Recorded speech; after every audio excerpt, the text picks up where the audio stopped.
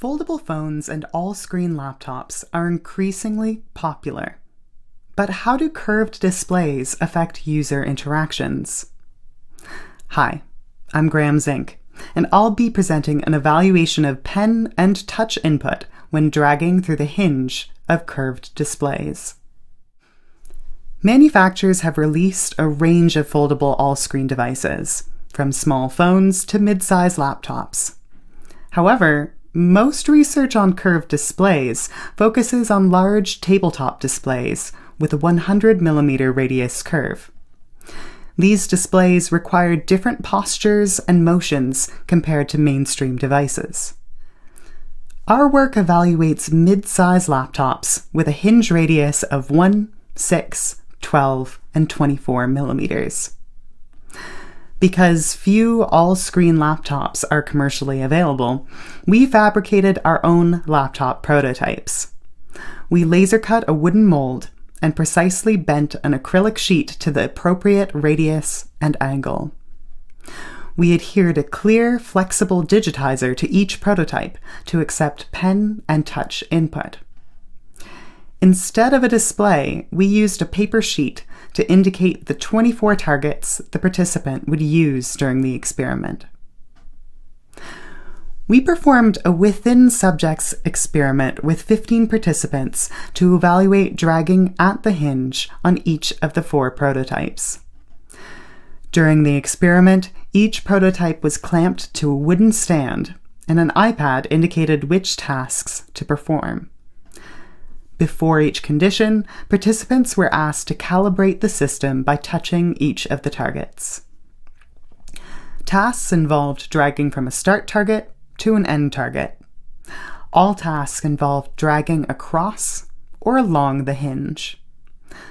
Tasks could be short or long, vertical, horizontal, or angled, with pen or touch input.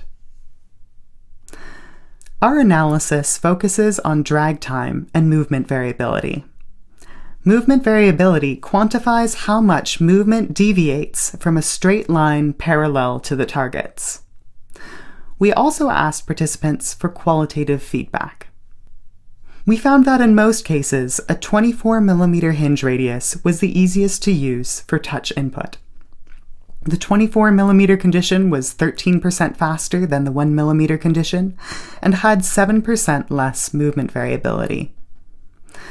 Most participants preferred the 24mm condition overall, saying it caused less fatigue, facilitated smoother motion, and made it quicker to get from one place to another.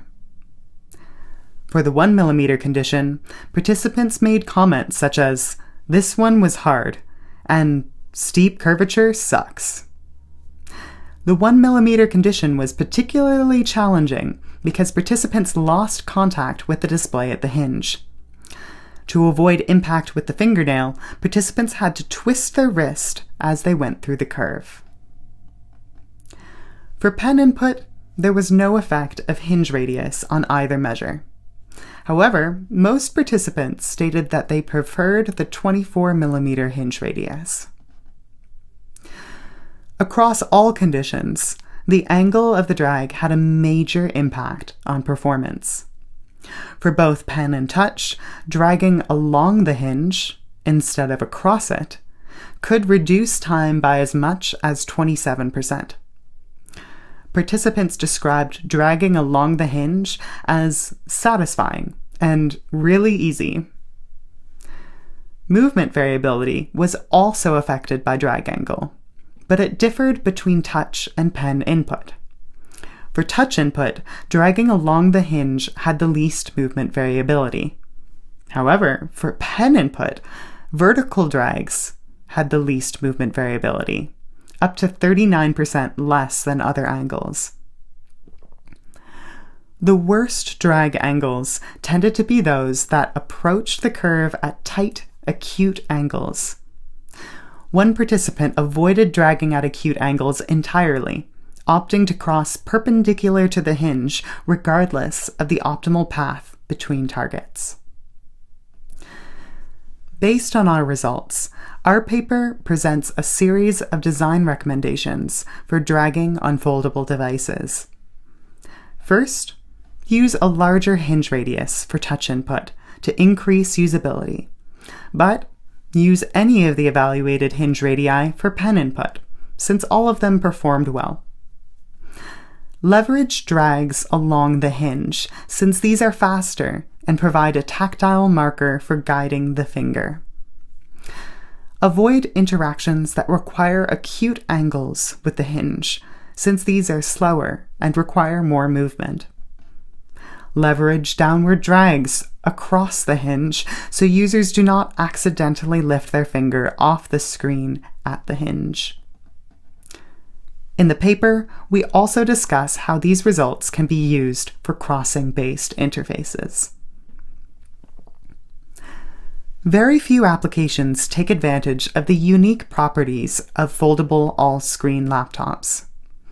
We built 4 demo applications to illustrate how software can leverage interactions at the hinge. The first demo leverages along-hinge gestures for global settings. Swiping from the right edge of the hinge opens a touch bar, where sliders control volume, brightness, and Wi-Fi. Swiping from the left side opens a multitasking bar. The second demo leverages Across-Hinge interactions for window management. Dragging a window through the hinge can snap the window to a section of the screen or close the window. A third demo leverages interactions that cross the hinge multiple times to modify objects in a drawing app. Dragging an object along the left duplicates the object, center changes the color, and right deletes the object. The fourth demo leverages both across and along-hinge gestures for a file manager. Dragging a file through the hinge can trigger actions like duplicate and rename, or display additional options for sharing and opening files. Our work provides guidance for foldable touchscreen devices and their accompanying software. While all hinge radii are effective for pen input, a larger radius is optimal for touch. Dragging along the hinge is fast and satisfying, whereas dragging across at acute angles is more difficult. These results can be used to leverage the unique properties of foldable devices.